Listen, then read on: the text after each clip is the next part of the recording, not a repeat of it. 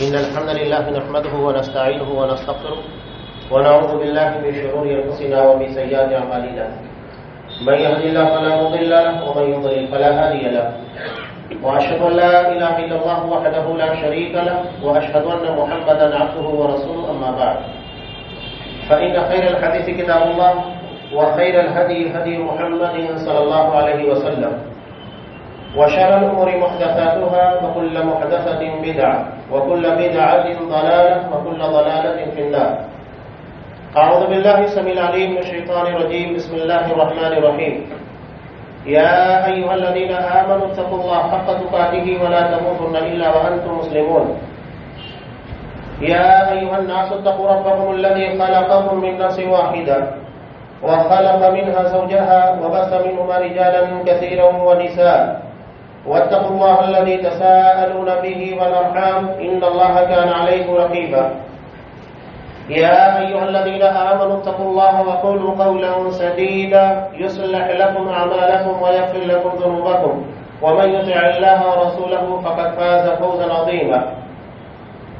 وقال بسم الله الرحمن الرحيم قاف والقرآن المجيد بل عجبوا أن جاءهم منذر منهم فقال الكافرون هذا شيء عجيب أإذا متنا وكنا ترابا ذلك رجع بعيد قد علمنا ما تنقص الأرض منهم وعندنا كتاب حفيظ بل كذبوا بالحق لما جاءهم فهم في أمر مريج أفلم ينظروا إلى السماء فوقهم كيف بنيناها وزيناها وما لها من فروج والأرض مددناها وألقينا فيها رواسي وأنبتنا فيها من كل زوج بهيج تبصرة وذكرى لكل عبد منيب ونزلنا من السماء ماء مباركا فأنبتنا به جنات وحب الحصيد والنخل باسقات لها طلع نضيد رزقا للعباد وحين به بلدة ميتا كذلك الخروج كذبت قبلهم قوم نوح وأصحاب الرس وثمود وعاد وفرعون وإخوان لوط وأصحاب الأيكة وقوم تبع كل كذب الرسل فحق وعيد أفعينا بالخلق الأول بل هم في لبس من خلق جديد. وقال ولا تقف ما ليس لك به علم إن السمع والبصر والفؤاد كل أولئك كان عنه مسؤولا. وعن أبي هريرة رضي الله تعالى عنه قال أن رسول الله صلى الله عليه وسلم قال إن العبد لا يتكلم بالكلمة ما يتبين ما فيها يحوي بها في النار أبعد ما بين المشرق والمغرب. رواه مسلم في كتاب الزهد والرقائق.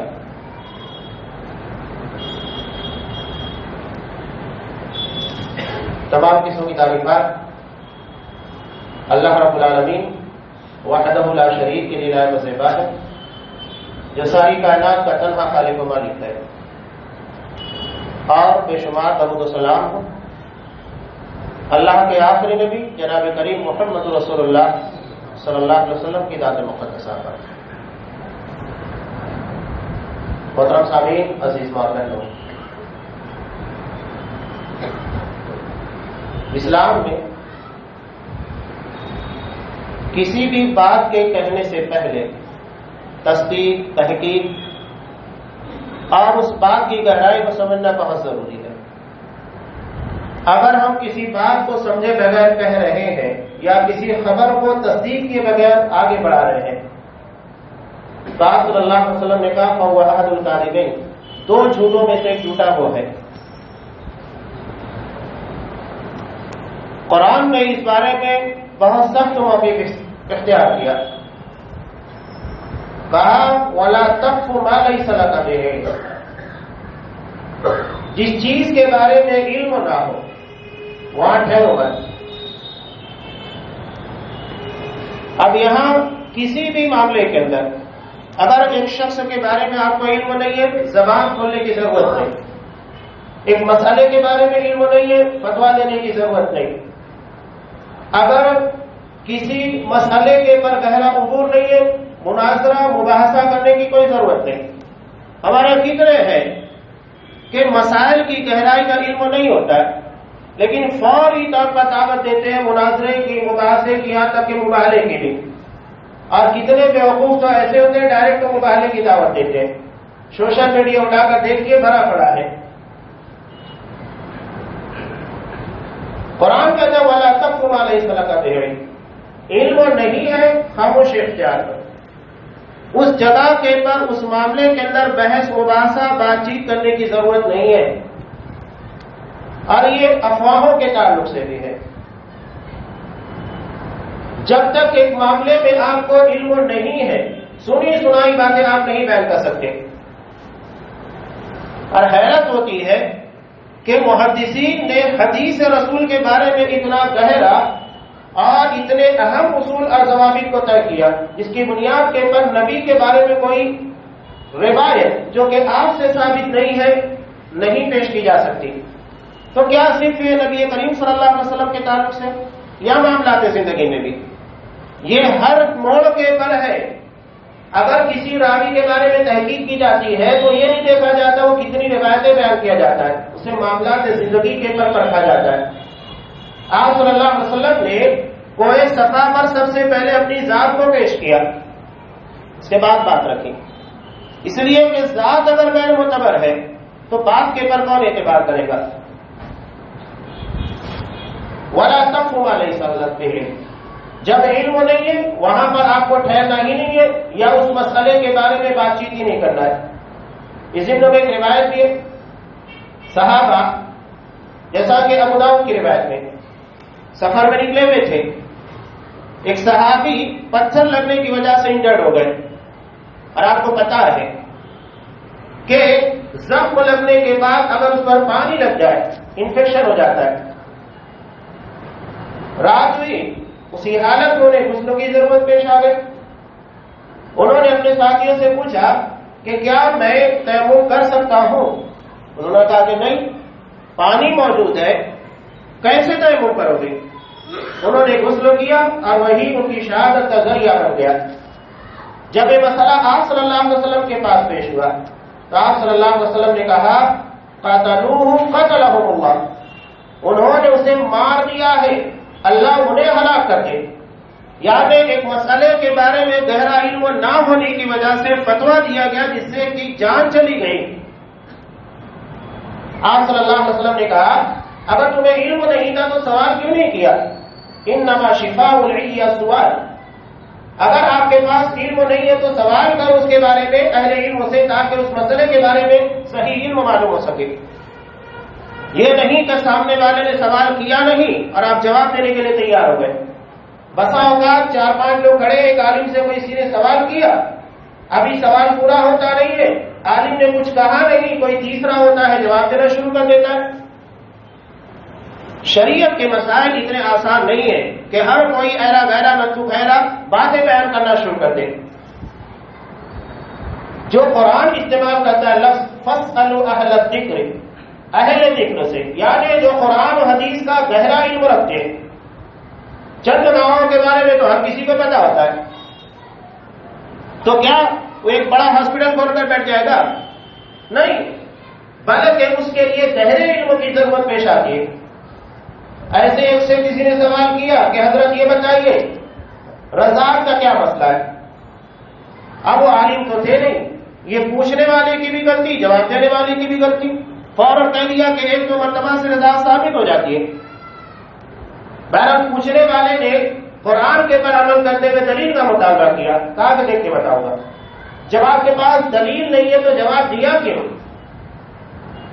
جبکہ ترمذی کی واضح روایت کہ پہلے 10 مرتبہ دودھ پینے سے، اور کتنا پیا جائے؟ ما فتق الودق، جو آنتڑیوں کو بھر دے، اور 2 سال کی مدت کے اندر ہونا چاہیے. اس کے بعد یہ رضاعت ثابت ہوتی ہے. 10 مرتبہ کا حضرت عائشہ صدیقہ رضی اللہ تعالیٰ عنہ کہتی ہے کہ پھر اسے کم کر کے تخفیف کر کے 5 مرتبہ کر دیا گیا. اب اگر کوئی بچہ اپنی ماں کے علاوہ کسی دوسرے کا 2 سال کی مدت کے اندر اتنا دودھ 5 مرتبہ پیتا ہے جس سے اس کا پیٹ بھر جاتا ہے تو اس سے رضاعت ثابت ہو جاتی ہے. وہ اس کے جو جس ماں سے دودھ پیا ہے اپنی ماں کے علاوہ ان کے بھائی اور بہنوں کا رضائی بھائی اور بہن بن جائے. بھائی کا رشتہ ہو جائے گا۔ تو یہ شریعت کے بارے میں بہت اہم باتیں ہیں۔ قرآن نے صرف ایک ہی بات کہہ دی اور ساری چیزیں اس میں آ کر جمع ہو گئی، چاہے وہ شرعی امور کے متعلق ہو یا معاملات زندگی۔ ہمارے یہاں تو اگر ایک معمولی سی بات پیدا ہوتی ہے وہ 2 لوگوں کے درمیان جاتی ہے 4 ہو جاتی ہے، 4 لوگوں کے درمیان جاتی ہے 8 ہو جاتی ہے، کوئی کسی بات کے اوپر کوئی تحقیق نہیں کرتا۔ جہاں پر اتنے سخت موقف اختیار کیا گیا، حدیث میں اگر رسول اور نبی کے بارے میں کسی راوی نے غلطی کی اسے بھی صحیح کیا گیا۔ یہاں تو الفاظ کی باقاعدہ ہیرا پھیری کی جاتی ہے، جان بوجھ کر خبروں پر مرچ مسالے لگائے جاتے ہیں۔ ابھی الیکشن کا دور ہے وہ تو چھوڑیے، عام معاملات زندگی میں بھی وہی چلتے رہتا ہے۔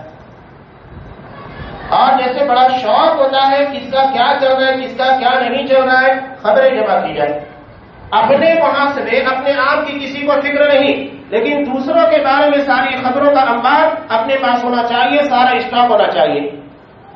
ٹھیک ہے، اگر یہ جذبہ ہے تو قرآن کی اس آیت کو ہمیشہ یاد رکھنا، ان السمع والبصر والفؤاد كل اولئک کان عنہ مسئولا۔ یہ کان، یہ آنکھ، یہ دل، سوچنے سمجھنے کی صلاحیت ہے، ہر چیز کے بارے میں اللہ کے یہاں پر سوال ہوگا۔ اگر ہے اتنا جواب دینے کی ہمت تو کیجئے، کوئی مسئلہ نہیں ہے۔ قرآن نے وعدہ کر دیا کہ ہر چیز کے بارے میں سوال ہوگا۔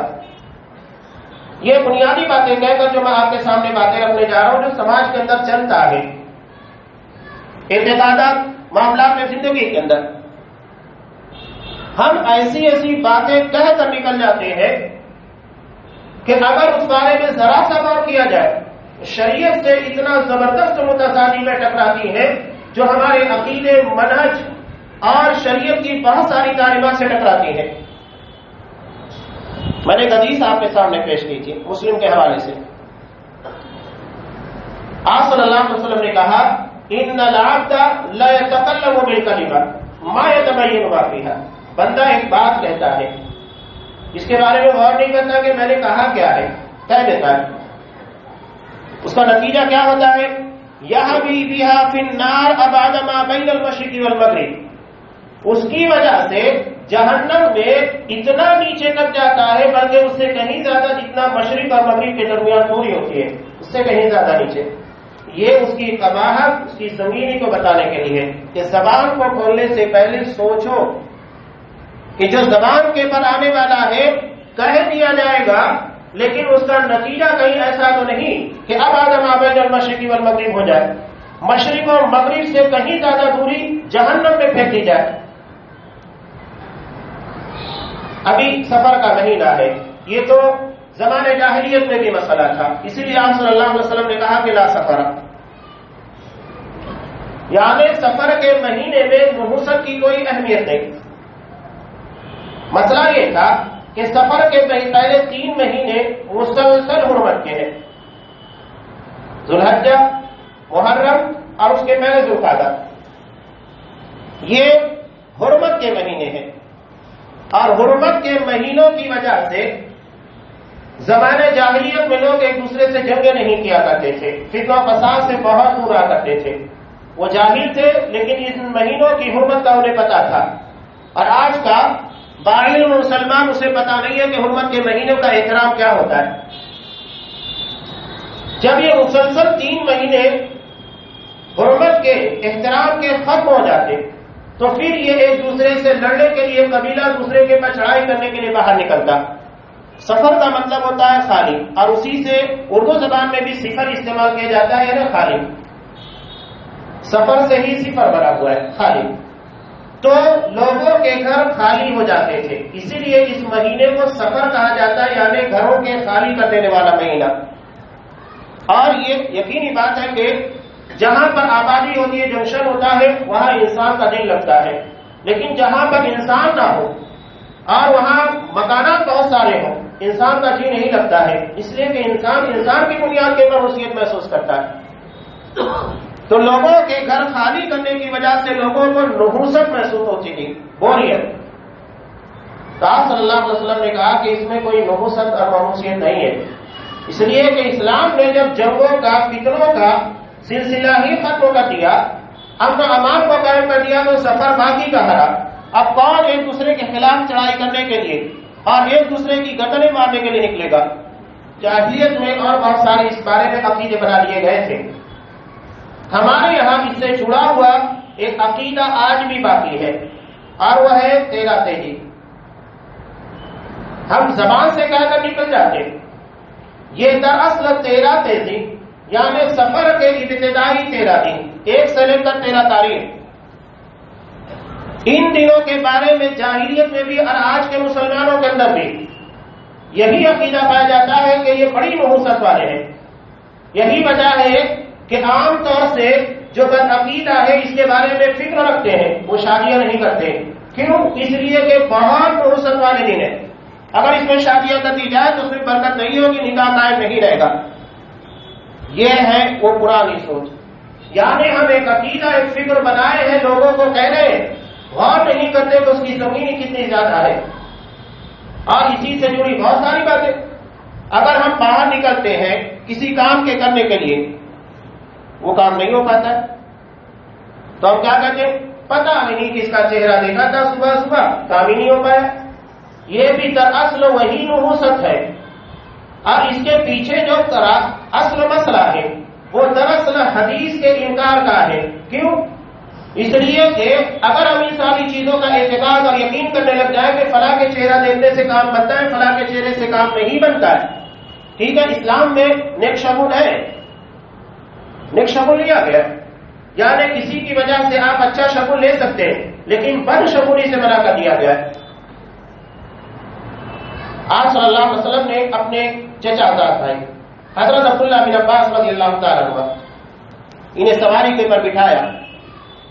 مشہور حدیث جسے ہم بارہا عقیدے کے باب میں پیش کرتے رہتے ہیں، اپنے بھتیجے اپنے بھائی کو سکھاتے ہوئے کہتے ہیں کہ اے غلام یاد رکھ ان الامت لو اجتمعت على ان ينفعوك بشيء لم ينفعوك الا بشيء قد كتبه الله لك۔ پوری امت اگر جمع ہونے کے بعد تمہیں کوئی فائدہ پہنچانا چاہے اتنا ہی پہنچائے گی جتنا اللہ نے تقدیر میں لکھا ہے، اور اگر سب جمع ہو جائے تو اتنا ہی نقصان پہنچائیں گے جتنا تمہاری تقدیر کے اندر لکھا ہے۔ رفعت الاقلام وجفت الصحف، تقدیر کو لکھنے کے بعد قلم اٹھا لیا گیا ہے، اور جس نوشتے کے اندر تقدیر لکھی گئی تھی وہ سوکھ چکا ہے، یعنی اس میں کوئی تبدیلی واقع نہیں ہو سکتی۔ اب بتائیے جب یہ عقیدہ ہمیں حدیث کے اندر پایا جاتا ہے، یہاں ضمن ایک بات یہ بھی یاد رکھیے کہ آپ صلی اللہ علیہ وسلم نے اپنے چچا زاد بھائی حضرت عبداللہ بن عباس رضی اللہ تعالیٰ عنہ کو یہ تربیت کب دی؟ جب وہ سواری کے پر ردیف سے پیچھے بیٹھے ہوئے تھے۔ یہ تعلیم اور تربیت کا ایک موقع ہوتا ہے کہ اگر آپ کسی کو کچھ سکھانا چاہتے ہیں، کچھ سمجھانا چاہتے ہیں، تو اس میں ایک موقع یہ ہے کہ اگر وہ آپ کے ساتھ سواری پر بیٹھا ہوا ہے تب آپ اسے گائیڈ کیجیے۔ یہ نصیحت کی چیزیں ہوتی ہیں۔ آپ صلی اللہ علیہ وسلم نے بہت پہلی چیزوں کا اہتمام کیا۔ بچہ اگر کھانا کھا رہا ہے، غلطی کر رہا ہے، اسی وقت سمجھائیے، وہ بھی اس کی تربیت کا وقت ہوتا ہے۔ آپ صلی اللہ علیہ وسلم نے سلمہ کو اسی وقت سمجھایا تھا۔ تو یہ تربیت کے اوقات ہوتے، تو آپ صلی اللہ علیہ وسلم نے اس وقت سمجھایا۔ یہ حدیث ہم پڑھتے ہیں، سنتے ہیں، ذہن و دماغ کے اندر یاد ہوتی ہے، تو جب اس طرح کے مواقع ہمارے سامنے آتے تو اس وقت ان حدیثوں کو ہم کیوں نہیں سامنے لاتے؟ اور بھی بہت ساری باتیں۔ ایک عام لفظ استعمال کیا جاتا ہے بلی کا بکرا، یعنی اگر کسی کو پھنسانا ہے کسی معاملے کے اندر، کسی سازش کے اندر، تو ہم کہتے ہیں اس کو بلی کا بکرا بنا دیا گیا۔ آپ غور کیجئے، یہ بلی، یہ لفظ کیا مسلمانوں کے کسی عقیدے یا مسلمانوں کی کسی عبادت یا کسی اور اہم معاملے کی طرف اشارہ کرتا ہے؟ نہیں، بلکہ یہ ایک ہندوانہ رسم جو کہ سراسر شرک کے پر مبنی ہے، اس جانب اشارہ کرتا ہے۔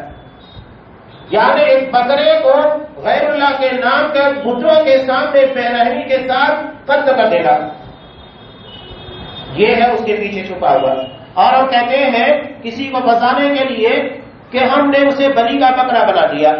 ہم روا روی میں کہتے جا رہے ہیں ما یتبین فیہا، ہم غور نہیں کر رہے کہ ہماری باتوں کے اندر کس عقیدے اور کس فکروں کی آمیزش ہے اور کس چیز کو اس کے اندر شامل کر دیا گیا ہے۔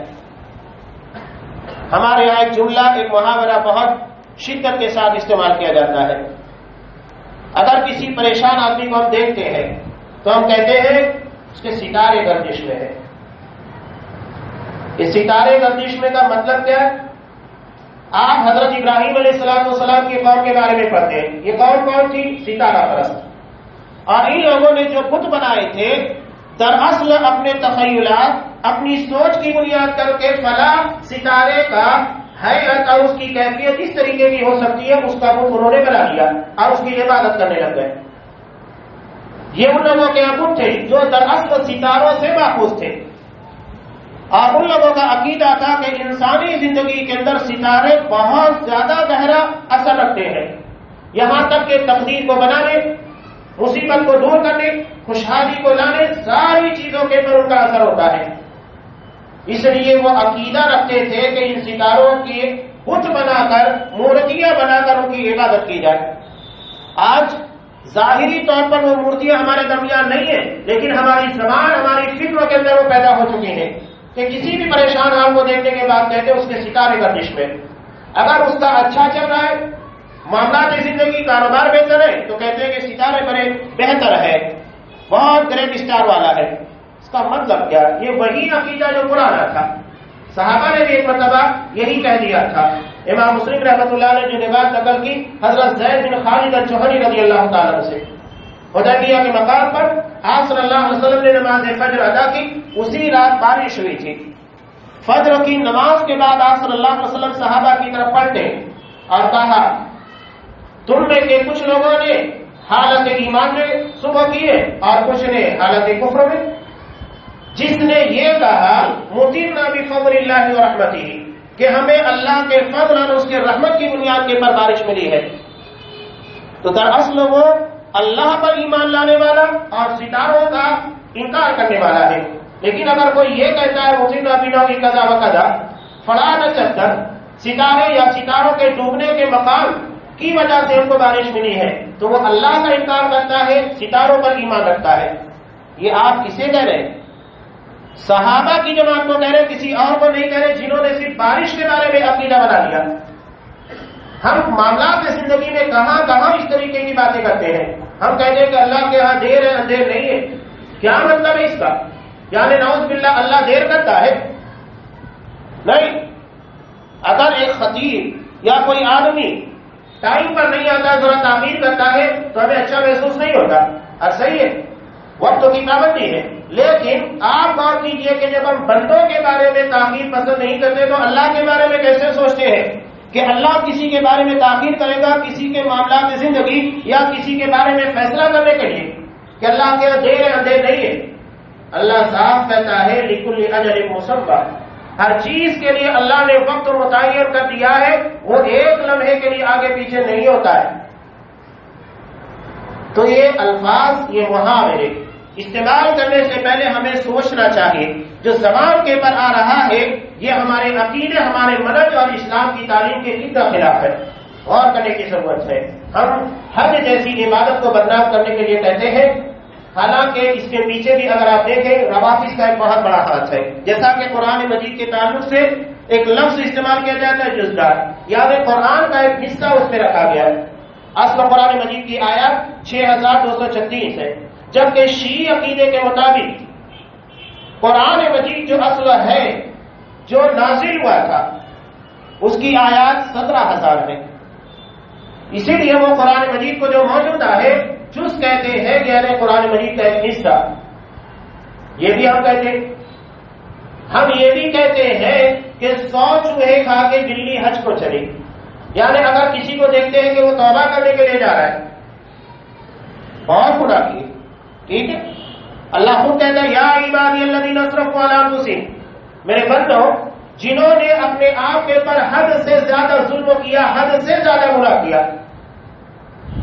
لا تقنطوا من رحمت اللہ، اللہ کی رحمت سے مایوس ہونے کی ضرورت نہیں ہے. یہ تو شیطان بڑا کاہیا ہے.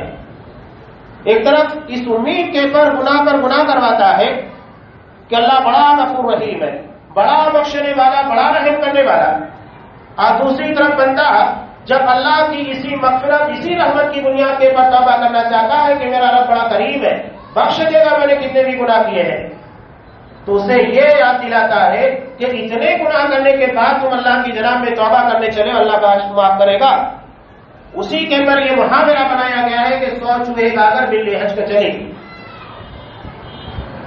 بنی اسرائیل کا ایک واقعہ اکثر بیان کیا جاتا ہے، جس نے 99 اس کے بعد 100 لوگوں کو قتل کیا، اللہ سے توبہ کے لیے بڑھا اور نیک بستی کی طرف جا رہا تھا، بیچ میں روح کو قبض کر لیا گیا، ایک ذرا وہ نیک لوگوں کی بستی کے قریب تھا، اللہ نے بخشا کہ نہیں بخشا؟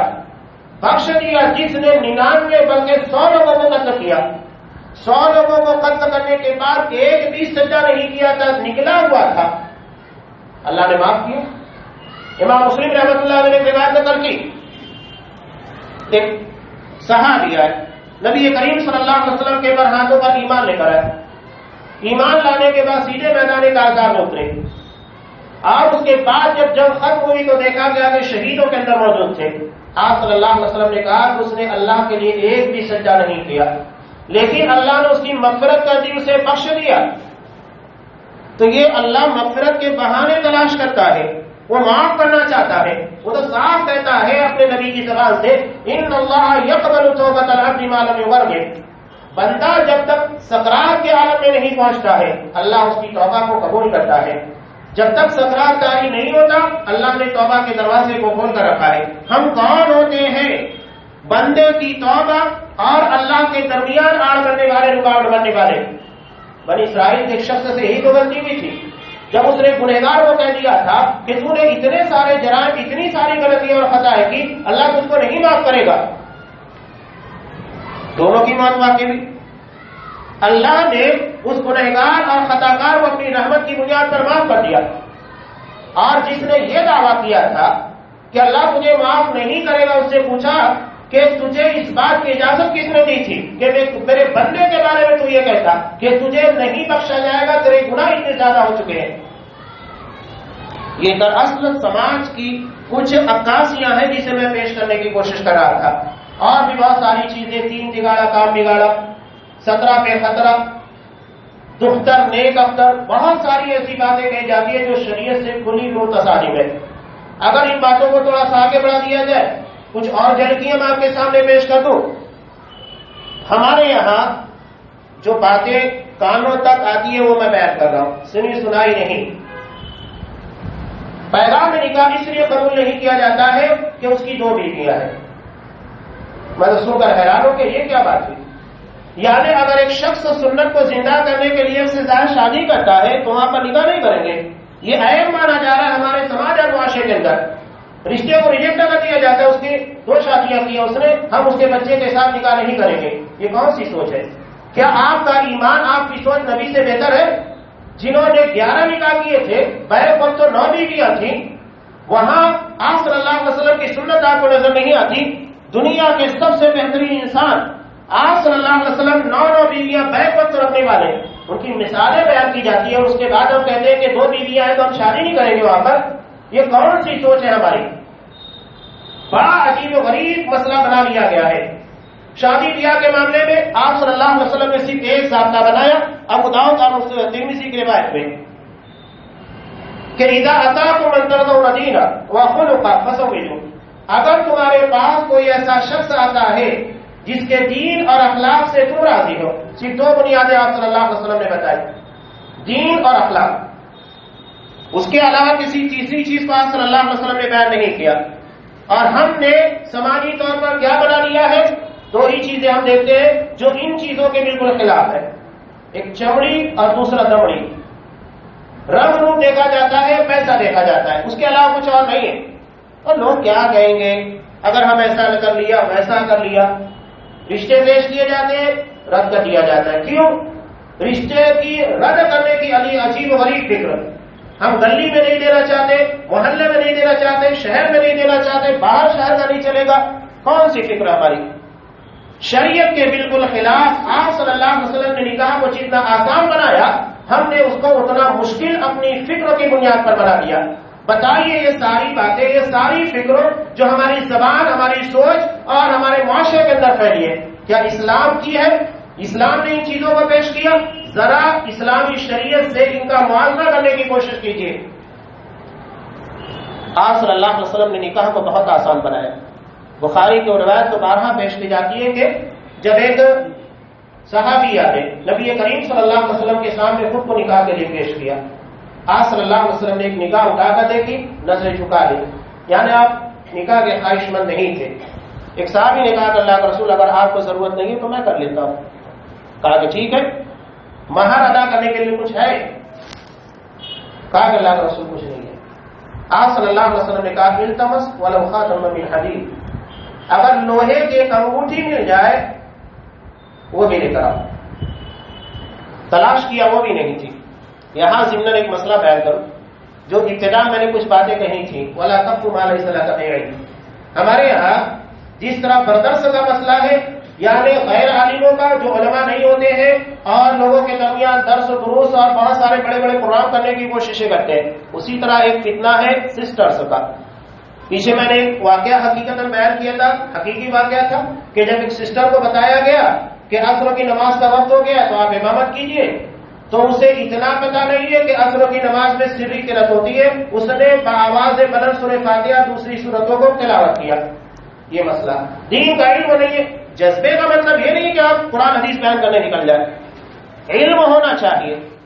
تو یہاں التمس ولو خاتم من حدید، میں ایک ناظر کا حقیقی واقعہ آپ کو بتا رہا ہوں. ایسی ایک سسٹر رمضان المبارک میں قرآن کا درس دے رہی تھی. قرآن کا درس دیتے دیتے اس نے ایک سورہ حدید کی تفسیر کے اندر کہہ دیا کہ مردوں کے لیے اللہ نے لوہے کی انگوٹھی بھی حرام کرا دی ہے.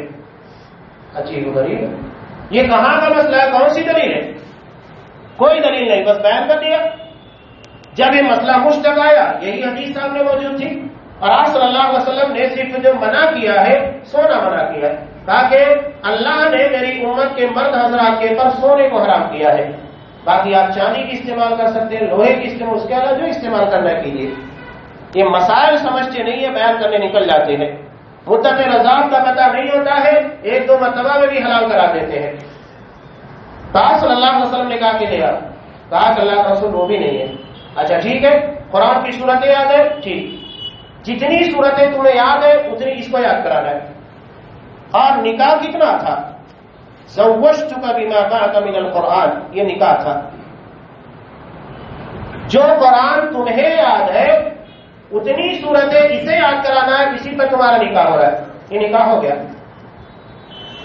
ٹھیک ہے، خطبہ مسنونہ ان چیزوں کا اہتمام، لیکن یہ واجبات میں سے نہیں، ایسی مستحبات میں سے کر لیا جائے تو بہتر ہے، اگر نہیں کیا جائے تو کوئی حرج نہیں ہے. آپ صلی اللہ علیہ وسلم نے اتنا کہہ کر نکاح پڑھا دیا. قرآن مجید نے تو حضرت زینب رضی اللہ تعالیٰ عنہ اور محمد رسول اللہ صلی اللہ علیہ وسلم کا نکاح قرآن مجید کی صرف اس ایک لفظ اس آیت کے ذریعے کیا، زوجناکہ، کہ ہم نے تمہارا نکاح زینب سے کر دیا ہے. یہی ایک لفظ آپ صلی اللہ علیہ وسلم اور حضرت زینب کے نکاح کے لیے کافی تھا. اسی لیے وہ فخر کیا کرتی تھیں دیگر امہات المؤمنین پر کہ تمہارا نکاح زمین کے پر پڑھایا گیا ہے، میرا نکاح عرش والے نے پڑھایا ہے. اور اس نکاح کو قرآن مجید کے اندر بیان کیا گیا. تو یہ نکاح کے متعلق ضمن میں نے کچھ باتیں اس لیے بیان کر دی، یہ بھی ہماری دراصل فکروں کی گمراہی کا نتیجہ ہے، جس کی وجہ سے نکاح مشکل بنا دیا گیا ہے اور زنا یا اس راہ کے قبیل کی بہت ساری باتیں بہت آسان ہو چکی ہے. مسئلے آتے ہیں، کیا جواب دیا جائے؟ مسئلے پیدا کرتے ہیں، اس کے بعد شریعت کو تلاش کرتے ہیں، علماء تک آتے ہیں. کتنا مقدس رشتہ ہوتا ہے، محرم کا رشتہ ہوتا ہے، جیجا اور سالی کا. یہاں پر بھی رشتوں کو پامال کرنے کے بعد سوال ہوتا ہے کہ اب وہ حمل کی حالت میں کیا کیا جائے؟ اب نکاح کیسے ہوگا؟ شریعت نے واضح کہا وانتشم بین الاختین، دو سکی بہنوں کو بیک وقت تو نکاح میں نہیں لا سکتے. یہ ہمارے شہر کی ننگی تصویریں ہیں، اس لیے کہ ہم نے نکاح کو مشکل بنا دیا ہے.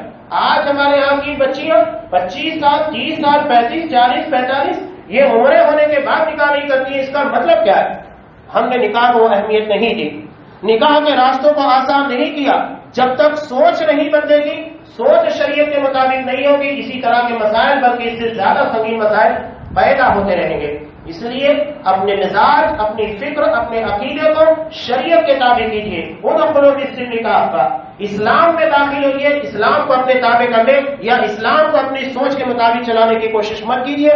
لوگ کیا کہیں گے، لوگ کیا سوچیں گے، ہماری اپنی سوچ کیا ہے، اپنے خیالات کیا ہے، سب بے معنی ہے. آپ صلی اللہ علیہ وسلم نے صاف کہہ دیا لا یؤمن احدکم حتی یکون ھواه تبعا لما جئت به.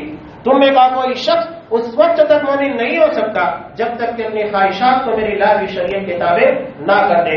اپنی خواہشات، اپنی فکر، اپنے خیالات، سب چیز کو شریعت کے تابع کیجیے. اس کے بعد دیکھیے زندگی کی بہاریں کیسے نہیں دستک دیتی آپ کے دروازے پر. اللہ تبارک و تعالیٰ ہمارے عقیدے، ہماری فکر، تمام چیزوں کو اسلام کی شریعت، اسلام اس کے عقیدے اور اس کی فکر کے تابع بنائے. آمین. بارک اللہ لنا ولکم فی القرآن العظیم ونفعني وإياكم بالآیات والذکر الحکیم. انه تعالی جواد کریم ملک رحیم رحیم.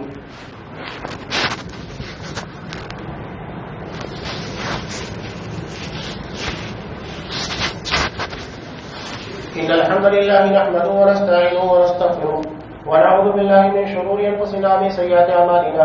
من يهد الله فلا مضل له ومن يضلل فلا هادي له. وأشهد أن لا إله إلا الله وحده لا شريك له وأشهد أن محمدا عبده ورسوله. أما بعد فإن خير الحديث كتاب الله وخير الهدي هدي محمد صلى الله عليه وسلم وشر الأمور محدثاتها وكل محدثة بدعة وكل بدعة ضلالة وكل ضلالة في النار. أعوذ بالله السميع العليم من الشيطان الرجيم. إن الله يأمر بالعدل والإحسان وإيتاء ذي القربى وينهى عن الفحشاء والمنكر والبغي يعظكم لعلكم تذكرون. اذكروا الله يذكركم وادعوه يستجب لكم ولذكر الله تعالى أعلى وجل وهو أكبر.